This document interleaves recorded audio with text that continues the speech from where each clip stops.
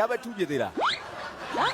အကောင့်အတူတွေဆိုရင်သူကသူ့အကောင့်အတူတွေသူက report ညဆိုအမြဲထူရတာသူကအကောင့်အတူတွေအများများလို့ အဲ့လိုပြောပါလေ ပြောပါလား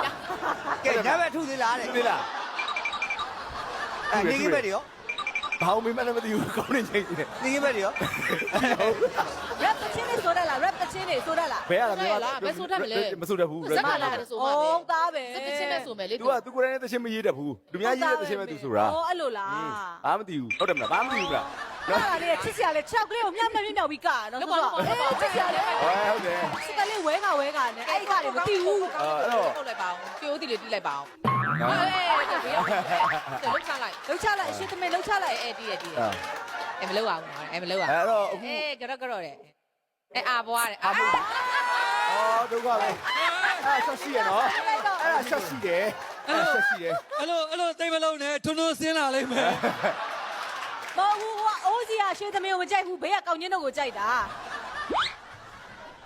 ဟဲ့ရွှေသမီးငါတို့မျိုးရိုးတဲ့အတိုင်းပဲကွယ်ရွာ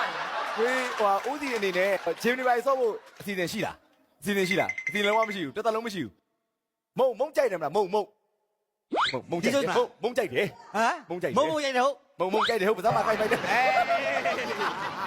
စက္ကန့်30စက္ကန့်30 အတန်နာမထောင်အတန်နာမထောင်ငါတို့နောက်တစ်ခေါက်လာရင်အတန်ကိုပြန်နောက်ထောင်ကြည့်လိုက် မခိုင်လင်းနဲ့ဟိုဒီနေ့ဟိုတိုင်ပင်ပြသွားရင်မေးလို့ရပြီ ခ